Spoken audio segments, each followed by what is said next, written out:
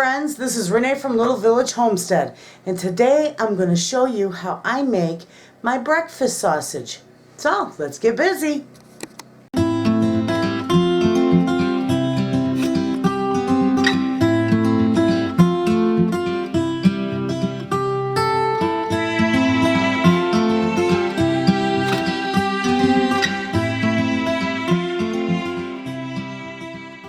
Okay, so first thing I got here is I got all my pork. I got a big butt roast, a big pork butt roast, pork shoulder, whatever you want to call it. I got that, and I'm going to grind that up with my grinder. Now, you can always buy one, and a lot of times the butcher will grind it right up for you. So, you know, if you want to make it and you don't have a grinder, just ask them to grind it up for you. They usually do. They want that sale. Anyway, but I got my own grinder, so I like to do this. So anyway, I am not going to turn this on with the camera going because this thing is as loud as can be. So, if you give me time, I'll get this ground up, and when it's ground up, I'll be back. Hey friends, I am back, and you see I have my pork all ground up. And the little spots on there, that's brown, that's from bread. I always, at the end of my grinder, I run a slice of bread through, which it just mixes right in your meat, and it doesn't hurt anything. But anyway, I have got my spices all here that I'm going to put in there, and I will tell you what they are. So, right here I've got 2.5 tablespoons of sugar. I've got 2.5 tablespoons of sage, ground sage.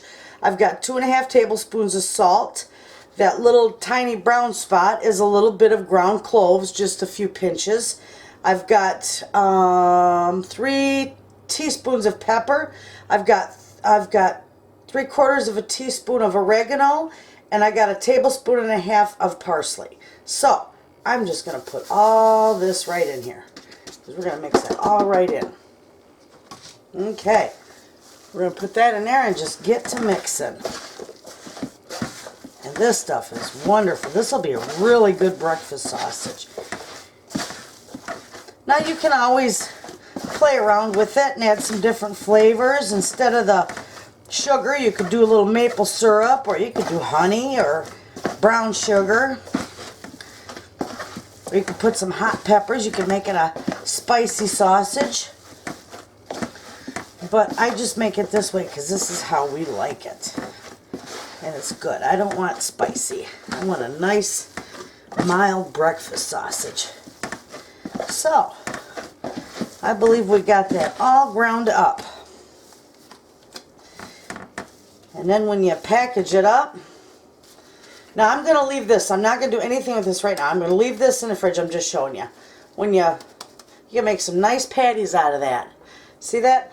But for right now, I've got it all mixed up, and I am just going to put it in a smaller bowl, and I'm just going to leave it in the fridge, cover it up overnight, and tomorrow I will package it and put it in my freezer.